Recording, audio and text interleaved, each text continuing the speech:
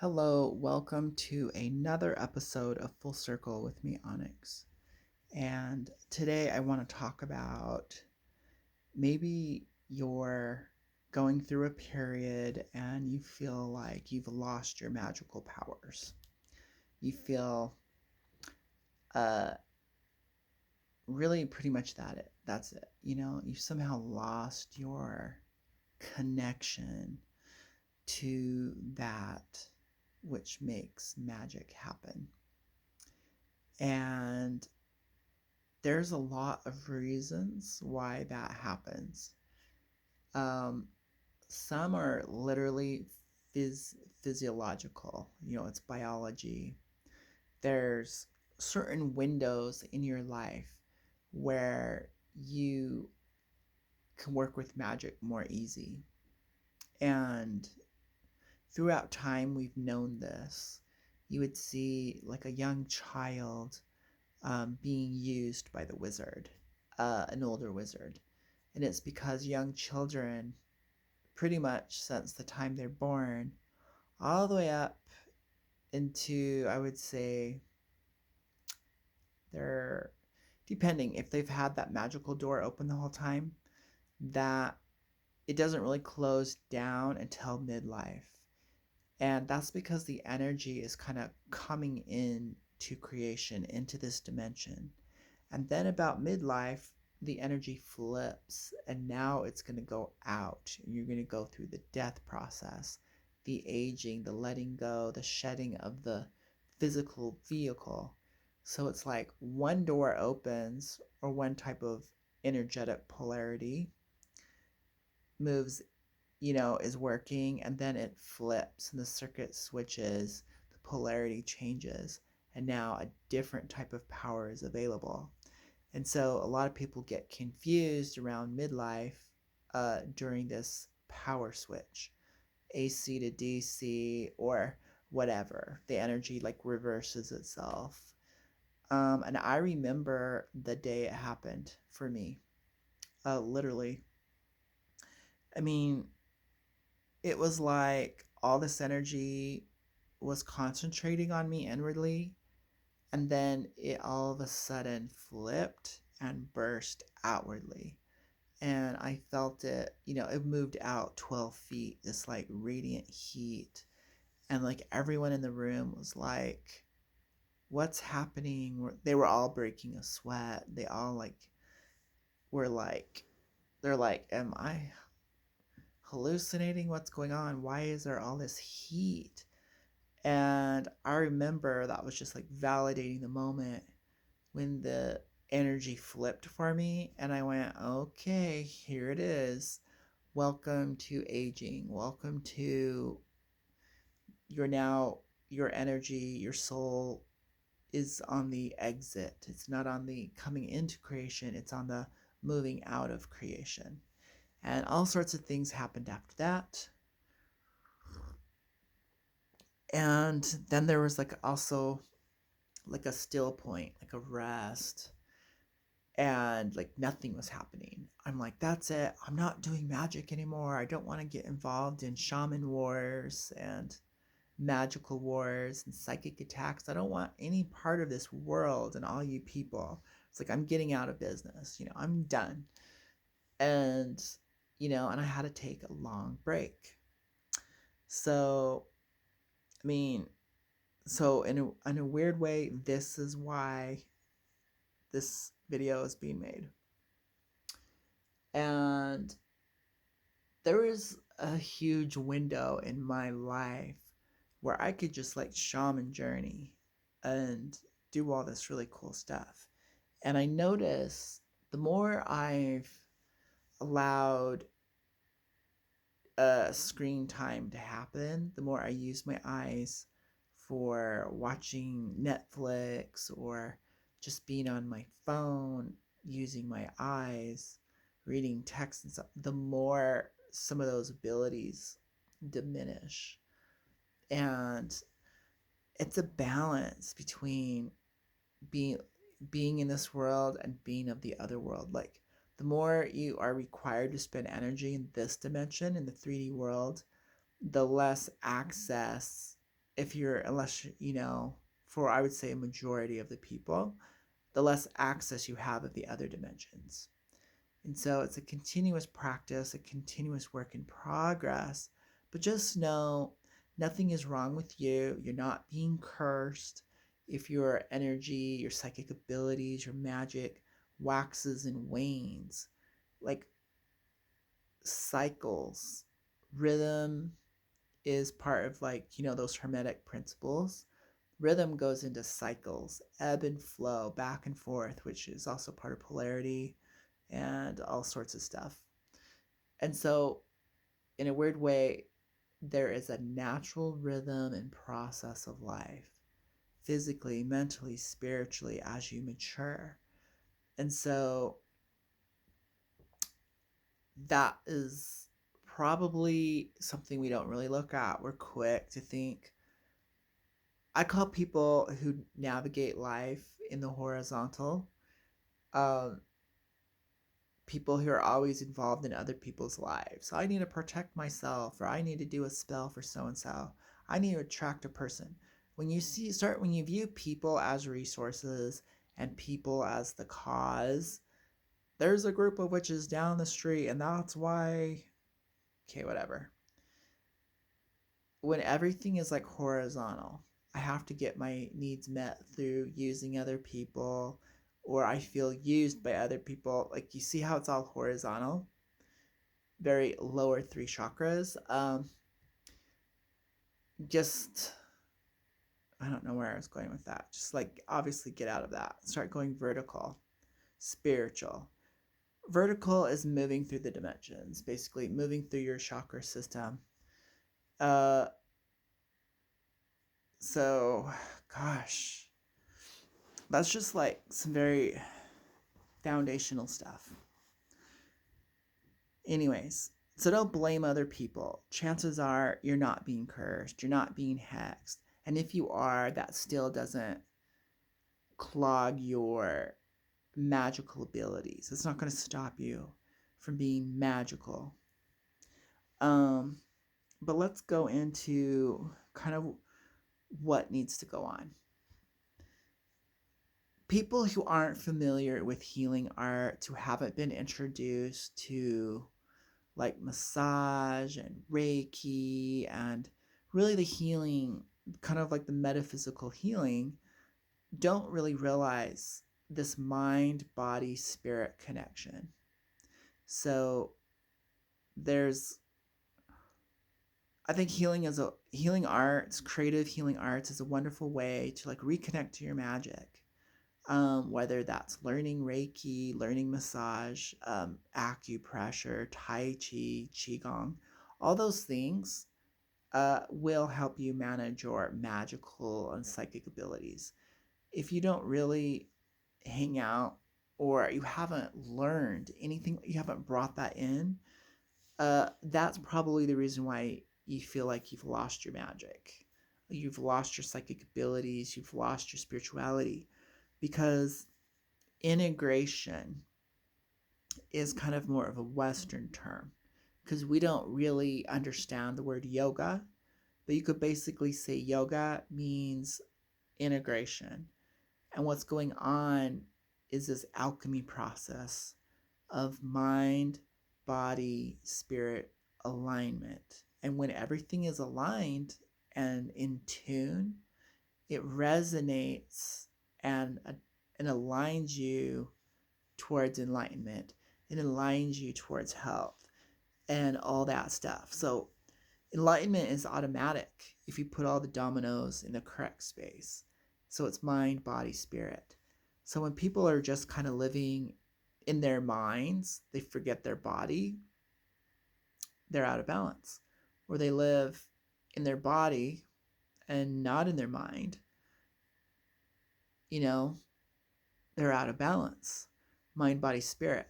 Some people just live in spirit and then they're out of balance in their mind and in their body. And so balance is key. And really understanding this balance is threefold: mind, body, spirit. And So you could say thoughts, emotions, energy, and physical body. Uh, so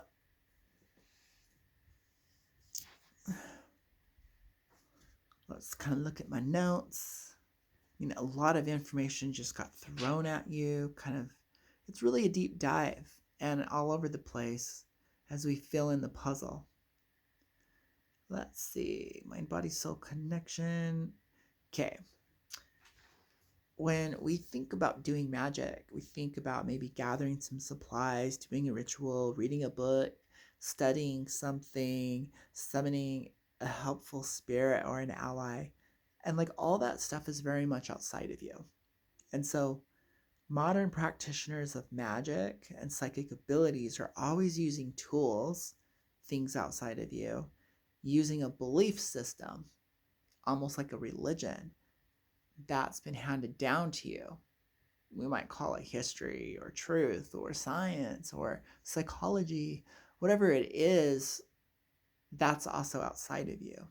And so there's a lot of reliance. People are relying on King Solomon and probably I think it's like the Goetian spirits or whatever. You know, they're using that. That was outside of you, and how much of that is real? You know, so I'm using the Golden Dawn and their rituals and their high magic. Once again, that's outside of you. I claim a certain tradition and a heritage outside of you. I really resonate with this Parthenon, these Greek gods, or these Egyptian deities, probably outside of you. So we are borrowing heavy on different cultures. I resonate with Native American spirituality and culture. I've been to sweat lodges and done some psychedelics, so I'm qualified. Just because you like resonate, it's outside of you. And who are you is just a physical being. Who are you is just like a human. You know, can you do anything without the belief system, without the tradition, without the name? If you're not named a wizard or a witch and you haven't practiced and done these things, you know, it's someone else's method to use a circle. And everyone has been co-opting the four directions. Some people think it was Native American, when actually I'm under the strong belief it was Enochian the whole time. And a lot of people don't realize the five-pointed star has a lot to do with Chinese medicine, hundreds of years before Christianity. So there was no devil star. The five-pointed star has been the star of balance in Chinese medicine. I would probably say thousands of years, hundreds of years at least. It's been around, ancient texts. So it's been around since the Book of Change and the 64 hexagrams, which came out of the 8 elements, which came out of the Tao, the one that split into 2 and then created the 8 trigrams. It was like, I believe, the Yellow Emperor who realized that 3 of the elements are found constantly in nature, and the other ones, I believe, were in need of ingesting, somehow taking it into the physical body. And so these 5 became the 5 elements for Chinese medicine and healing and regulating the organs, split up into their yin and their yang. And so there's like a whole history on how the five-pointed star became part of Chinese medicine for diagnosing and prescribing and mixing herbs and medicines. And so magic and medicine have always been together. Whether you think of true African witch doctors, witches, witch doctors making medicines, or you think of Chinese medicine and energy work and magic, herbs. Like Chinese magic is legendary. Like it's ancient, it's the home of the dragon, for God's sakes. So don't so really all these systems we have been borrowing from other cultures and kind of a hodgepodge mixed together of stuff. And then you can kind of gain a better perspective on your magic. So expand your mind, get an education. Could be a way to reinfuse and bring the magic back into your practice and not make it so, I would call it, everyday Western, you know, YouTube magic. Uh, get some roots going. Like, it's like you bought a house plant from some store and it's just a clone. It was never an original and it has no real roots. You know, it's not the same. Is trying to go to the root, you know. So that could be one reason why your magical practice lacks energy, lacks results, and why you feel so much as a failure in your magical practice is because simply you don't have enough education. And that was actually something I left off my list. I didn't really put that on there. But clearly, understanding your education of magic from even a cultural standpoint can really bring life and energy.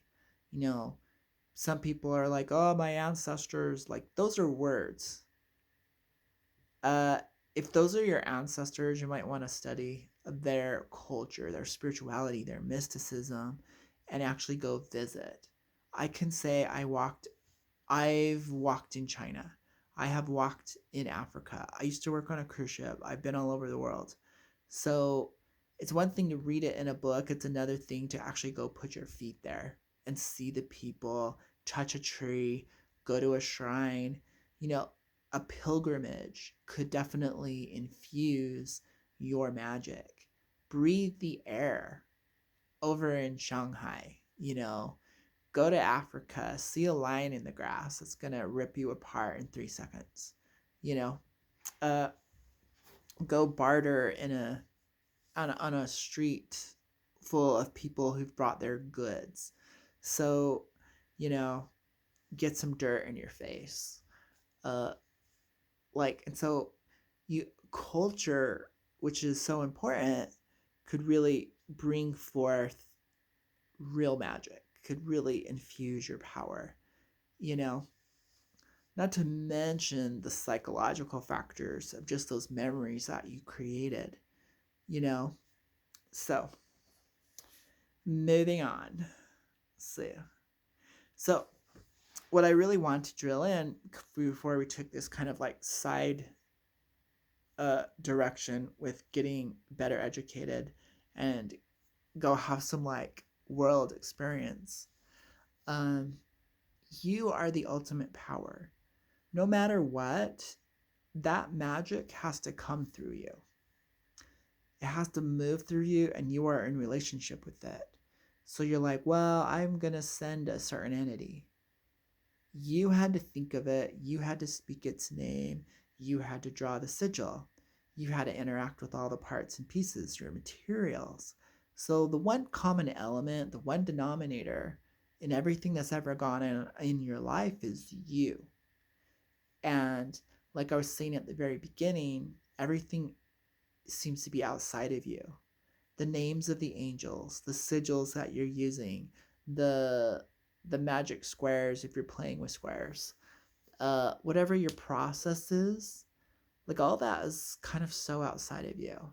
And when you kind of like shift that power, like there's a placebo effect in just believing someone else has the authority, the teacher, the book, the system. Like we give so much authority to the textbook that we believe is going to get us somehow to point A to point B. We put so much faith in the college education and the teacher and the doctor, and our technology is pumped into us that all these systems and organizations, and this is the way, and it's going to serve us, so let's just hold on and keep working with it. When do you get to be the way? When do you start relying on your own eyes and your own heart and your own truth, your own mind to come up with solutions, and also be proud that no one will see reality exactly the same way as you do. Your perspective is unique, and so your magic will be unique. So when you put you back into the operation, that could kick back on your magical practice. It's like, okay, you've learned other people's way, but you've never learned your way. So until you learn your way, it will always be not as powerful. And you'll get it when you learn. You'll get it. You'll see the difference. So, an example, I went through a Western mystery school. I got a free ride scholarship. Some rich lady, when I was younger, wanted someone to go through a Western mystery school with her. And so she paid my way. And then I also applied for a scholarship and got a scholarship.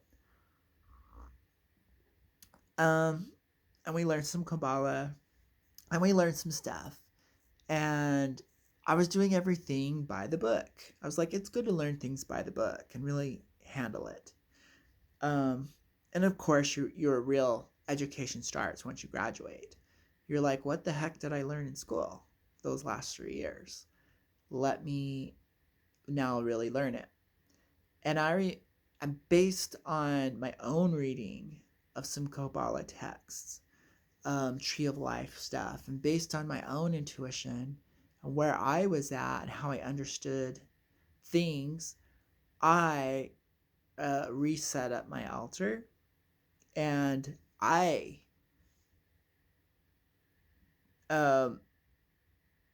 reactivated my altar, claiming, like, doing the 3 pillars and using a special phrase representing the cosmic child. And when I did that, literally it was like my altar like exploded with energy. Like, it was off the charts crazy. It was like boom, because I understood goddess and God and cosmic child and creation. So when I use the phrase, I won't tell you all of it, but basically when it was all about being the cosmic child here now, being created by God and goddess, and it using the Tree of Life as the archetypal template of the sacred geometry to align with the universe and the material plane and all this stuff, because the education was there, because the mechanics were there, and because it was an expression of me and all of that knowledge in that phrase, the altar just lit up with intense energy and power. It was like, whoa. And really weird side note is I'm actually really good at invocation. Like, I can invoke powers and things, and I didn't know that I was good at it. But you get in what you put, you get out what you put in, especially with invocation. So I'll just say that. So, I mean, this video has kind of gone different directions intuitively, but I was inspired to make a video on this. So the next part is relationships. So we figured out that yes, I am the power. I am the number one power. I am the go button that makes my magic work. And everything else is in relationship to me.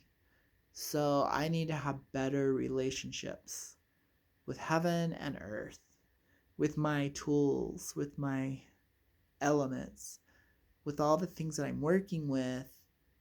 You might want to bring in some of that Venus energy and have better working relationships with your angels, better working relationships with your demons.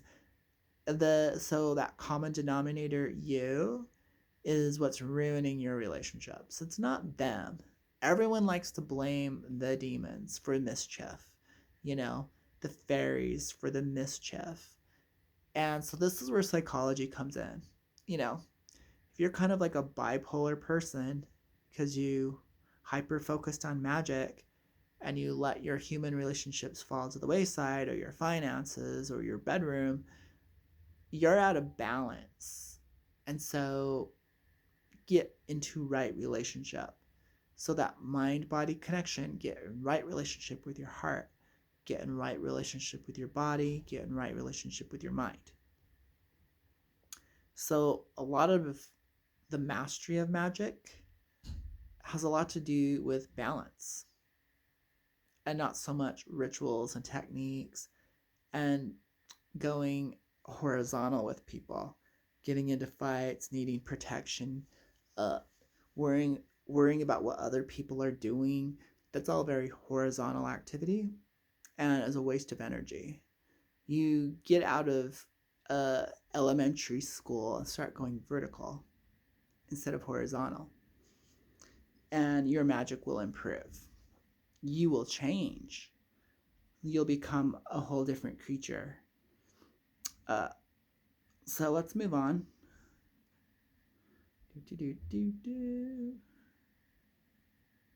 Let's see, sovereignty. Let's go into sovereignty. So in Aleister Crowley's book, Book 4, he says, before you pick up the sword, put on your crown. And it's such a profound statement. Crown chakra level, being one with all that is, the web of weird, the thousand petaled lotus. The crown chakra is where you connect to the gods. It's super consciousness. And that super consciousness is embodied in the archetypes of the gods. You know, a divine being, so people of religions are worshiping an image that is the vehicle for their own personal divinity, externalized. So, one powerful way to increase your power is to be working with a god or a goddess or both or something. It needs to be a reflection of you in some way. You resonate with it. You might resonate with it culturally. Um,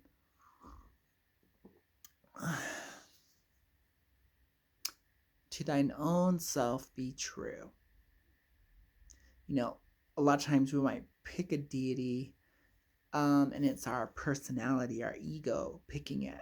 We're picking it because it reflects strengths that we don't have. So I'd say that's egotistical. Is that wrong? No. But understand that might not be the final form. That might not be the ultimate vehicle for you to pick your deity.